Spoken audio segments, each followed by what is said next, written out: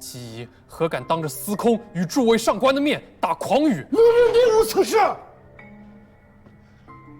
78000户粮食，那是一座米山，崔某何敢轻忽？7日之前，贵县确实借来了一批粮食，确实只有1800户，哪来的78000户啊？崔姬仪，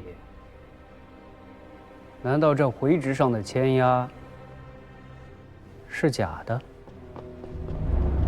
下官全知温州军府使欧阳宽率阙税使孙玉、营田使张威、永嘉令王翦拜见司空。诸君免礼，看座。下官等月前便接到了中书的札子，知晓司空要驻节温州，早早也做了些准备，却是不知具体日期，故此未能迎候司空，实在是失礼的紧。哈，万望司空恕罪。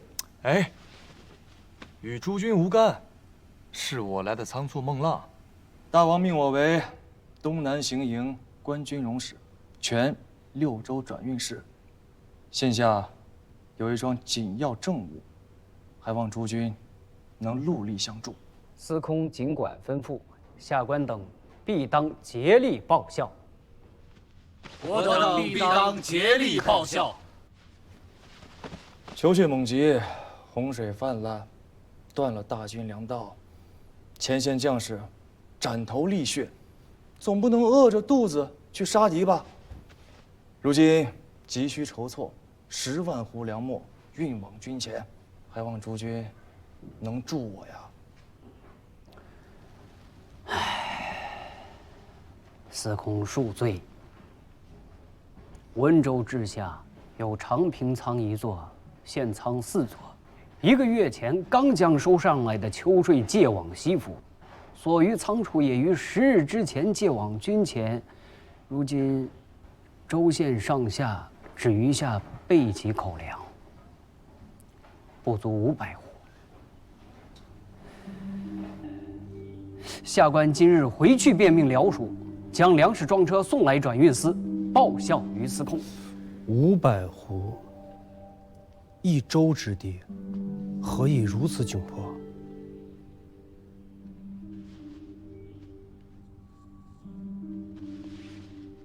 好叫崔季仪知晓。秋粮借都之后，温州各处粮仓尚有余粮78000斛，据已于7日之前借予6州都转运司。啊！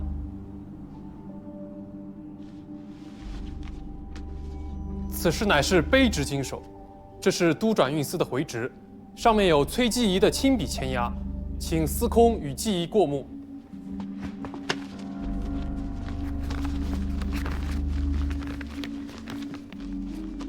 78000户，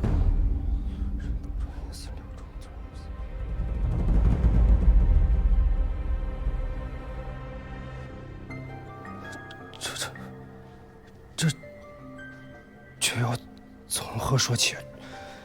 崔姬仪此言何意啊？崔某从未见过这78000户粮食，更不曾据闻回执啊！不曾啊！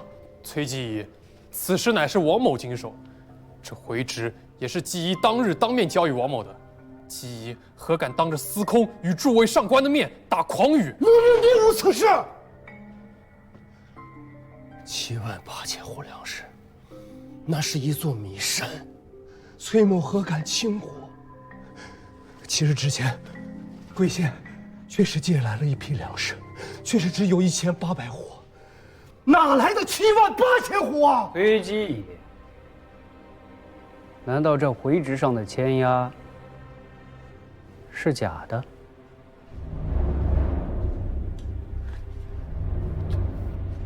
这签押，将这个贪没军粮的贼子给我拿下，收押。卑职真的不曾见过。这崔姬仪，得罪了。未曾见过。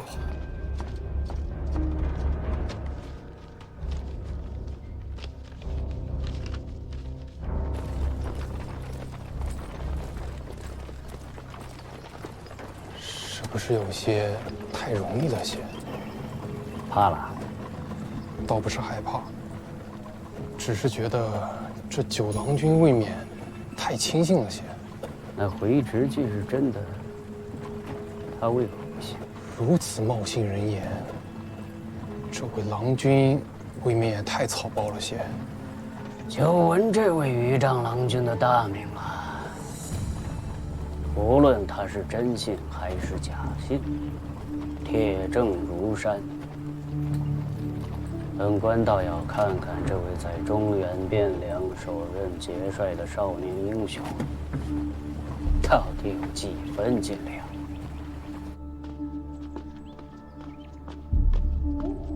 都头，守在门外，任何人不得靠近。是，郎君。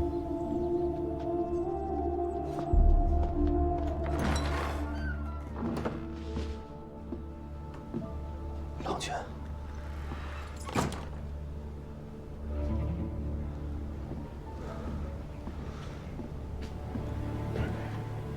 粮食呢？下官真的未曾见过那粮食。这不是粮食吗？如此阵仗，便吃不下饭了。卑职真的未曾见过。这不重要。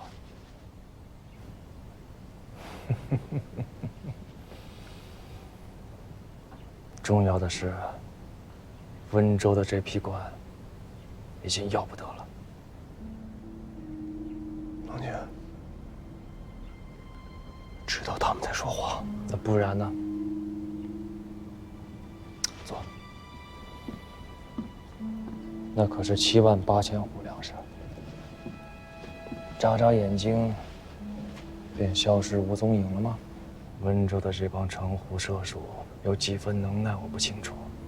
可你崔子谦有几分能耐，我自问还是知道的。郎君知道，下官是个谨慎的人，7、8万斛的粮食，如许大的数目，以郎君的仔细，势必要亲身验看核准。未得郎君允准，下官岂敢擅自在回执上签下落笔？不敢。然而，回执上确是下官的亲笔，难道转运司里有内鬼？他们敢如此大胆，想必是有恃无恐，手脚做得细密。即便去查，一时间也未必能查得出来。若是神官狗在，便是好了。这些龌龊下作的虚礼手段，瞒过郎君和下官容易，瞒过沈兄却是不易。沈兄有沈兄的法子，我有我的法子。郎君如何布置？下官谨奉君命，纵是粉身碎骨，下官也要将此事查个水落石出。既知道是鬼域伎俩，还查他作甚？做甚？他们是如何做的手脚，这都不重要。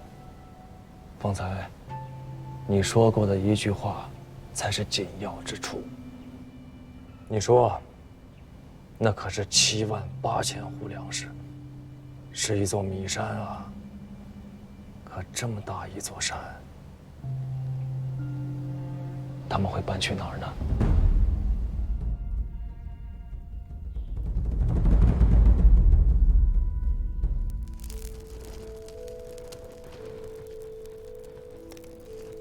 参之一字害人呐！张卫的诗皆不入我目，唯有一首却深得我心。世人结交需黄金，黄金不多交不深。纵令然诺暂相许，终是悠悠行路稀。钱是个好东西，你说呢？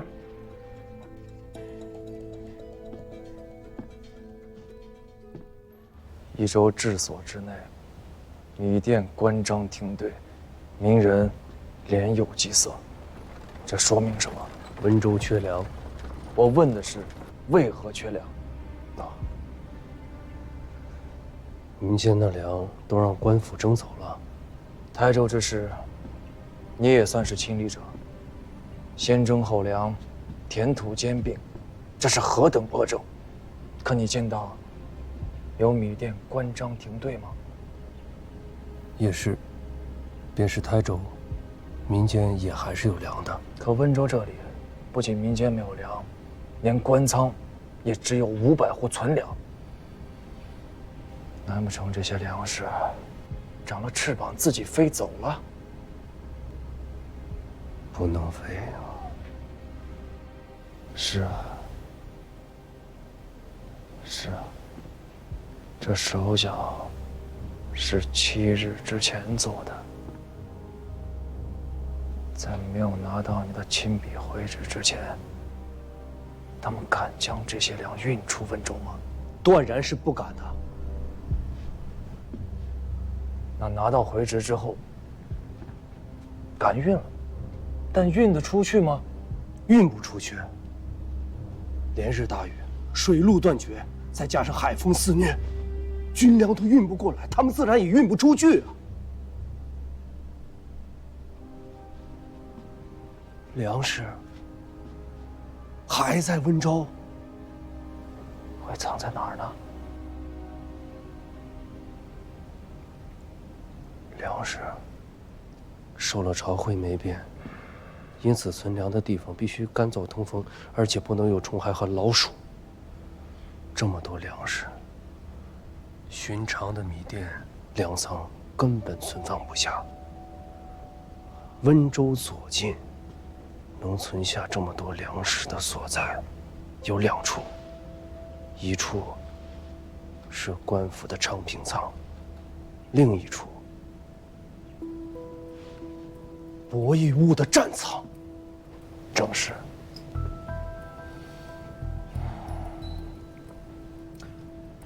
子谦，辛苦一趟，走一遭玉环山水战。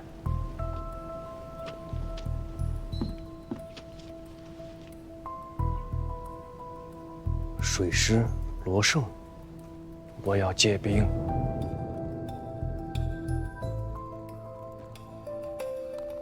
九郎君想借用多少兵马？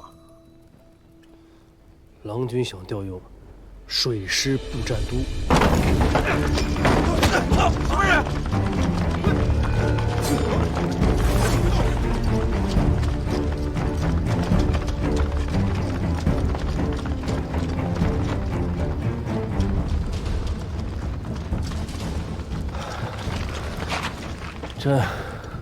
这许多间店铺仓储，怕是要等明日天亮了再来搜检。等不到明日了。提举方在哪？那边。带路，走。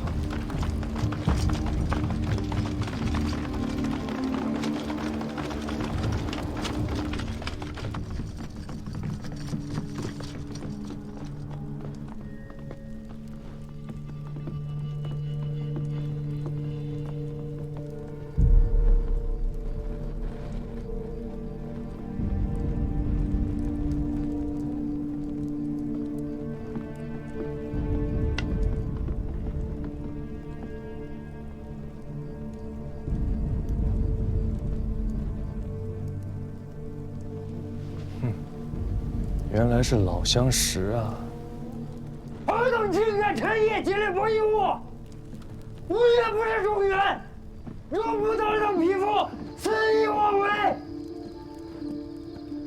全知温州欧阳公在此，尔等谁敢无礼？欧阳宽和王翦到了，请他们2人进来。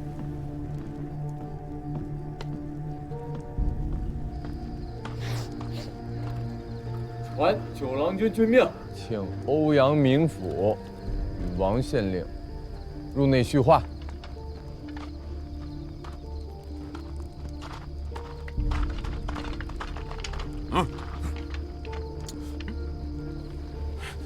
2位贵官，九郎君在内候着2位。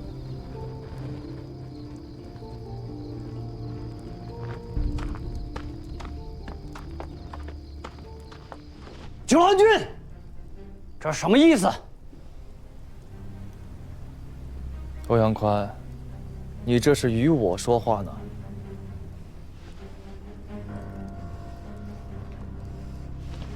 下官温州知州欧阳宽，见过司空。跪下。本官是吴越的知州，不是你九郎家的奴婢。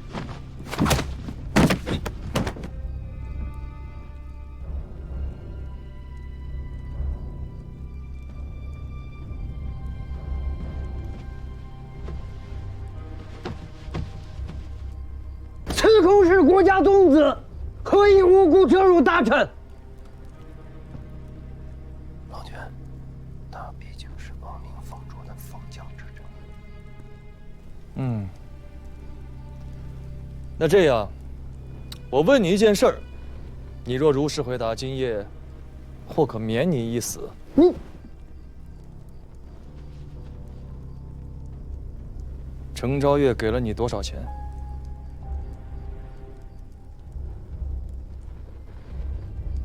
本官听不懂司空在说些什么。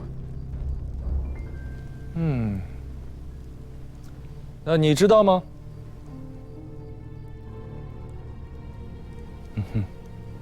也不知道。崔继义，下官在。那就去山岳社专处去看一看。诺。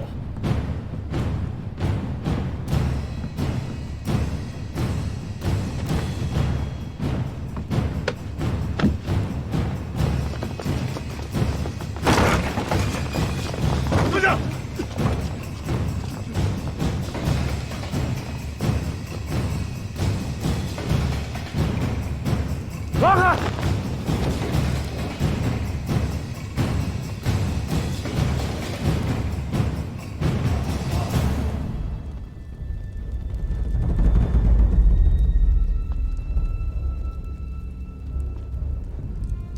冒这么大的风险，弄了这许多粮食，便是撑破肚皮，你自家也吃不下吧？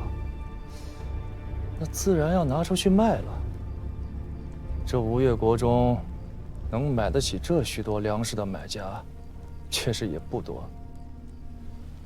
温州博弈物里，这样的买家，就只有一家。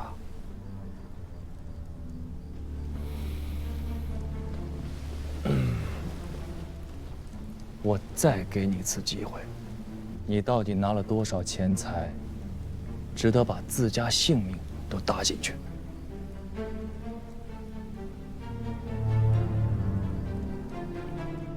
郎君，找到了，找到了，都找到了。司空，下官交代，下官都交代。没机会了，拖出去，行军法，斩。司空，下官都交代。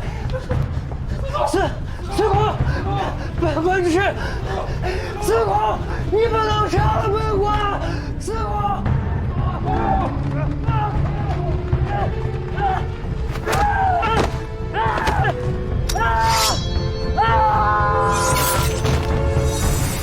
自永德江入青田溪，经西溪漂西长溪，在宁德登岸装车，直送军前。务必在本月初9日前拿到提举公事司神管沟的会旨。若误了日子，郎君军法森严，仔细你的脑袋。是。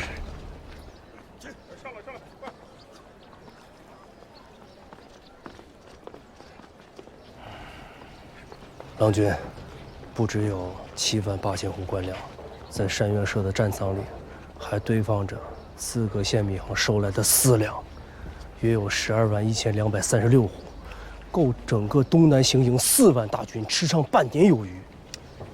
将士们是够吃了，可这里的人呢？没了这20万斛粮米，王兄又靠什么去料理台州的烂摊子？事情总要一桩一桩的去做，千头万绪，总要有个轻重缓急。是，总还是要做事的。我这便以东南行营关军容使的名义出个札子，由子谦兄全提点温州军府公事。今日，你便接管温州州署。郎君，下官不过是县里学官的弟子，一州之政，繁难从错，恐非下官所能胜任啊。其一，这只是权宜之计。我这个关军容使，无权越过相府和行营任用州官。待得与王都通了道路信息，他们自然会选新的知州过来。其二，如今前方在交战，温州乃是6州都转运司所在，不能没有总揽州政之人。其三，本地的官我信不过，我信得过的，王兄和相府信得过的，皆不在此处。相较之下，我宁愿信你。有2件事，你要牢记。第一，我不管你爱不爱钱，都不许于此时此处伸手。第二，我不管你用什么法子，或者我也不管你有没有法子，温州4县之内，绝不许饿死一人。否则，我能砍掉一个知州的脑袋，你的脑袋，我想砍就能砍。下官定不负郎君所托。不请王命，擅杀知州，这九郎的胆子何时变得如此大了？事急从权罢了。不杀欧阳宽，何以震慑温州上下管理辽族啊？倘若这些人在背后弄鬼作妖，行营这3、4万大军，不用接战，就已经军心浮动了，那这一仗也就不用打了。等打完了仗，这些事情自有大王和相公们善后。眼下这情形，福州城内外，这根弦怕是绷得差不多了。军师已足，迟则生变，当战则战。站着点，抬高点来。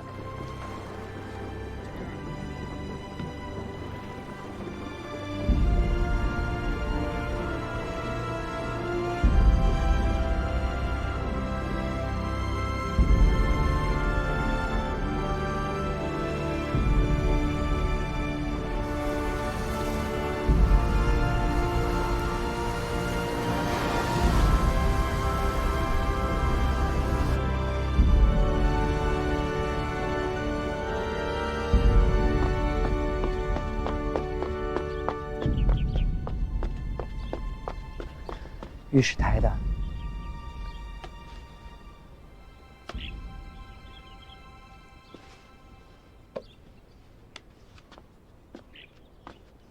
各州县受灾的情形不一，臣与正臣相公粗粗筹算了一番，来年至少有21个县要捐免钱粮，加上新岁星大兵之耗费，明年的预算从账面上怕是不大好看。九郎君自永嘉盐场给相府来了2封书信，请留粮米5万斛，以解温州诸县粮荒。臣与明远商议了一番，算上先前6州都转运司运往东南行营的粮草，军中已有将近1岁之粮，军食充盈。九郎君之请，可以允之。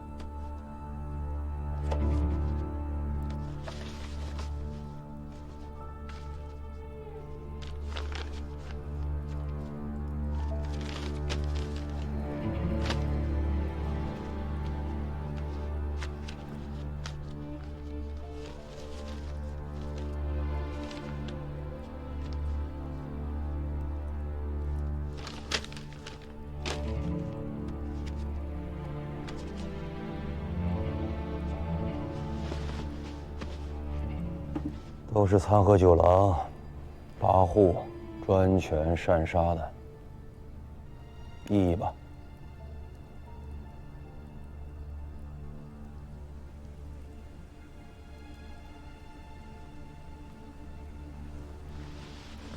其实时机紧急，东南行营大军断粮在即，九南军夺知州之权，也是不得已的权宜之计。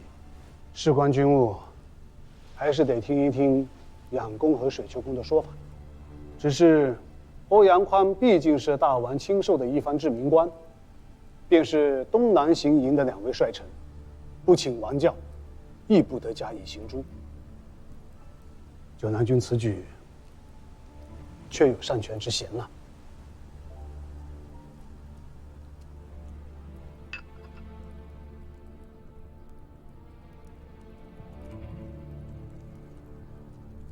那是一州知州啊，不请教命，不经司法，说杀便杀。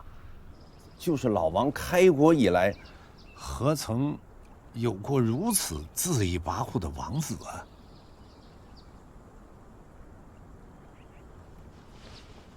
如今不是有一个了？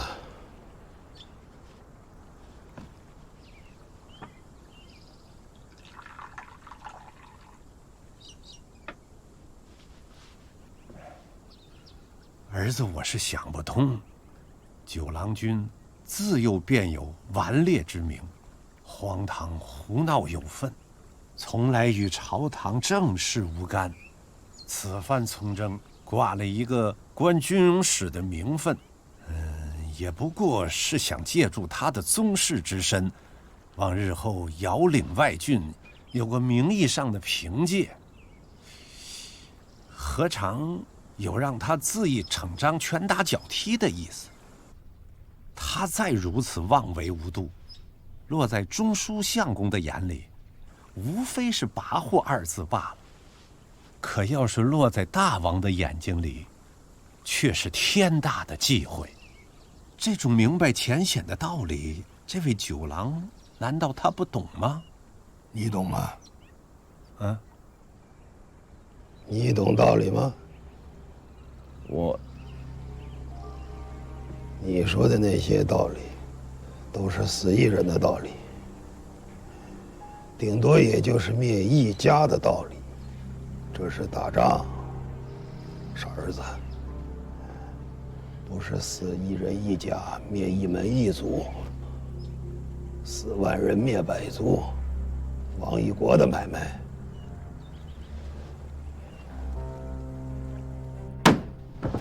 这是打仗，死生之地，存亡之道。连日大雨，河道水患，粮秣断绝，数万大军孤悬敌境，随时有覆灭之危。要凑出20万斛粮食运抵军前，地方官不准提调，前言掣肘，哪有那许多时间慢吞吞打笔墨官司？军国大事当前，万事皆得从权。国公也是老军务了，这样的道理，难道不懂？吴正臣，老夫何尝说过九南军不该权宜？老夫要说的是，他不该擅自杀人啊！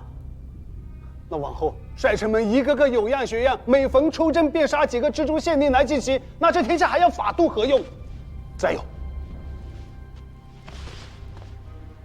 大王，以都转运司纪一文字掌一州之政，臣亦以为不妥。数县的钱粮刑狱、官吏咸鱼、民生政务，岂是一个小小的纪一文字所能为之？朝廷用人，任官有法度，有臣力，还有故事，岂得任意胡为啊？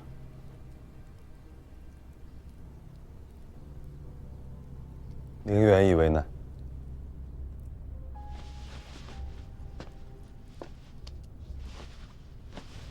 欧阳宽之事，东南行营也好，九郎军也罢，尚无详实禀奏，其中内情尚不明白。臣此刻胸中亦无评断。不过国公方才有一句话，说的却是对的：知州之人，非借机宜堪以承当。大军征战可以权宜，然则朝廷用人任官，温州乃六州专营司所在，干系东南行营良资供给，如何权益不得？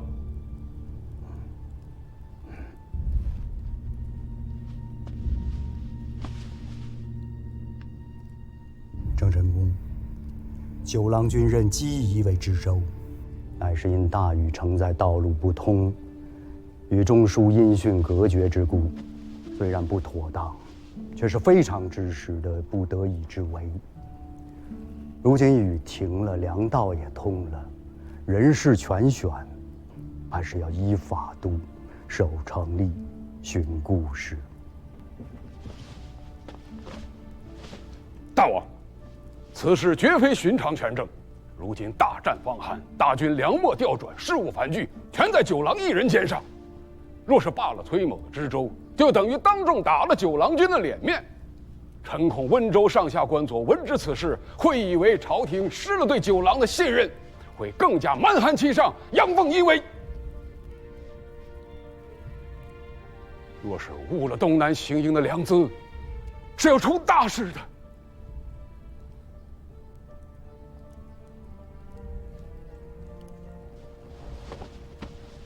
明远以为吴相公说的有道理吗？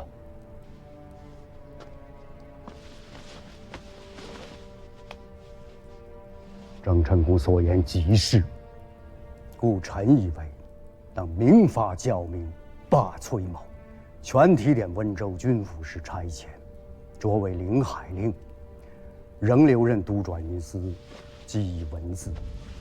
待战事终了，再赴台州履任。此外，善则守臣，全知温州，兼领六州都转运司副使之职。新任温州知州无论是谁，话都要提前说明白。温州此事最大的政务，便是军务。温州与东南行营，一荣俱荣，一损俱损。